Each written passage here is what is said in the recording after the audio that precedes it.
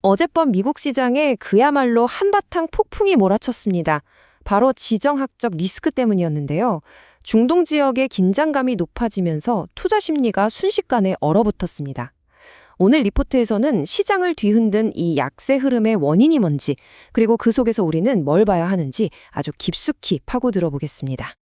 안녕하세요. 29% 모닝 리포트입니다.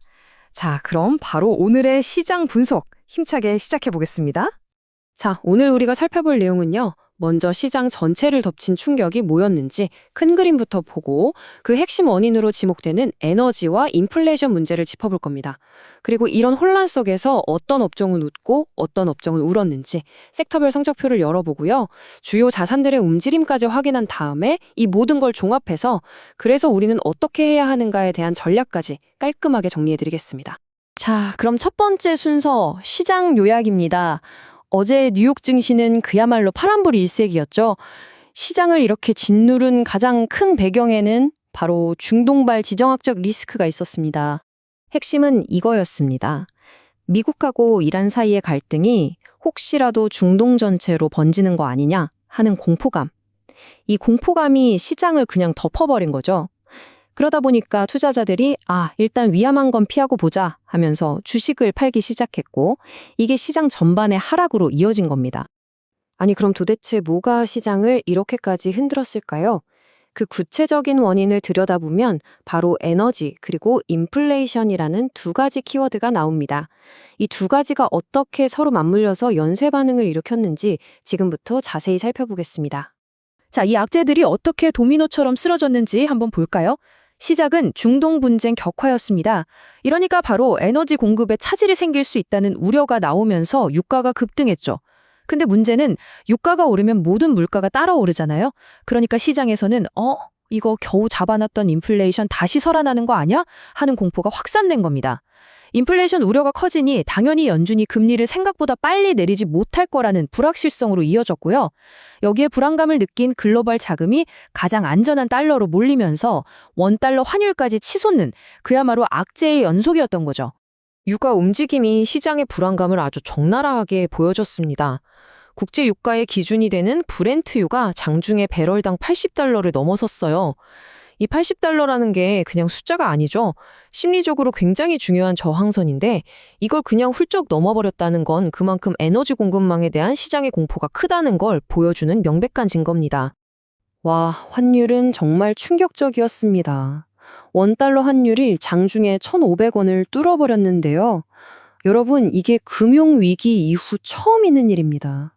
그만큼 전 세계적으로 불안감이 커지니까 투자자들이 일단 달러부터 쥐고 보자 하는 극단적인 안전자산 선호 현상이 나타난 겁니다. 채권 시장도 가만히 있지 않았습니다. 가장 중요한 지표인 미국 10년물 국채금리가 4% 초반대까지 올라왔는데요. 이게 뭘 의미하냐면요. 채권 시장 참여자들이 이거 인플레이션이 쉽게 안 끝나겠는데? 하는 불안감을 가격에 반영하기 시작했다는 아주 뚜렷한 신호라고 볼 수 있습니다. 자, 그럼 다음으로 넘어가서요. 이렇게 정신없는 시장 속에서 과연 어떤 업종들이 영향을 받았는지 섹터별 성적표를 한번 열어보겠습니다. 정말 흥미로운 건요. 이 혼돈 속에서 희비가 아주 명확하게 엇갈렸다는 거예요. 표를 보시면 반도체, 2차 전지, 심지어 금 관련주까지 대부분의 섹터가 하락세를 면치 못했습니다. 그런데 저기 빨간불이 들어온 곳이 있죠? 바로 빅테크와 소프트웨어 섹터입니다. 아니, 다들 힘든데 어떻게 이쪽은 혼자 상승할 수 있었을까요? 이게 바로 오늘 분석의 핵심 포인트 중 하나입니다. 똑같은 기술주인데 운명이 완전히 갈린 거죠. 자, 왜 그랬을까요? 마이크로소프트 같은 소프트웨어 기업들은 AI나 클라우드라는 거스를 수 없는 시대의 흐름을 타고 있잖아요. 그러니까 단기적인 시장 충격보다는 장기적인 성장성에 투자자들이 더 높은 점수를 준 겁니다. 반면에 반도체는 좀 다릅니다. 반도체는 결국 스마트폰, PC, 자동차 같은 최종 제품에 들어가기 때문에 경기 상황에 굉장히 민감해요. 그래서 인플레이션 때문에 사람들이 지갑을 닫고 경기가 나빠질 것 같다는 우려가 나오자마자 그냥 직격탄을 맞고 주가가 크게 빠져버린 겁니다. 개별 종목들을 뜯어보면 이 흐름이 더 선명하게 보입니다. 마이크로소프트, 세일즈포스 같은 소프트웨어 강자들은 꿋꿋하게 올랐죠. 반면에 메모리 반도체의 대표 주자 마이크론은 무려 8%나 폭락했고요. 2차 전지 소재주인 앨범알도 7%, 그리고 세계 유리 파운드리 업체인 TSMC마저 4% 하락했습니다. 그리고 여기서 또 하나 주목할 점. 보통 위기 상황에서 올라야 정상인 안전자산, 금 관련 대표 기업인 뉴몬트마저 8%나 급락했다는 점, 이거 정말 특이한 현상입니다. 자, 그럼 주식시장에서 잠시 눈을 돌려서요. 다른 자산들은 어떻게 움직였는지 한번 살펴보면서 지금 시장의 변동성을 좀 더 넓은 시각으로 이해해 보겠습니다. 앞서 말씀드린 것처럼 유가는 폭등했고요. 그런데 정말 이상한 건 금 가격입니다. 아니, 보통 전쟁 위험이 커지면 대표적인 안전자산인 금값이 오르잖아요. 근데 이날은 반대로 3% 넘게 뚝 떨어졌습니다. 여기에는 크게 두 가지 이유가 있습니다. 첫째, 달러 가치가 너무 오르니까 달러로 표시되는 금 가격이 상대적으로 비싸져서 매력이 떨어진 거고요. 둘째, 국채 금리가 오르니까 이자가 한 푼도 안 나오는 금을 들고 있느니 차라리 안전하게 이자를 주는 국채를 사겠다는 수요가 늘어난 겁니다. 자, 지금까지 정신없이 돌아가는 시장 상황을 쭉 따라와 봤는데요.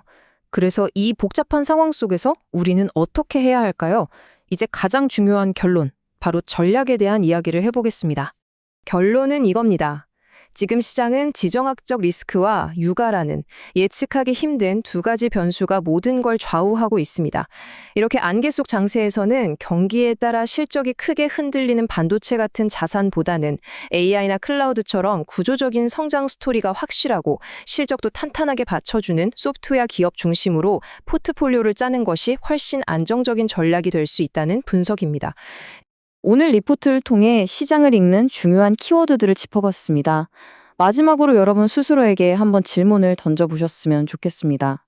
지금처럼 언제 터질지 모르는 지정학적 리스크가 시장의 가장 큰 변수가 된 시대에 과연 여러분의 소중한 포트폴리오는 얼마나 잘 대비되어 있습니까? 지금까지 이시코퍼 모닝 리포트였습니다. 좋은 하루 되세요.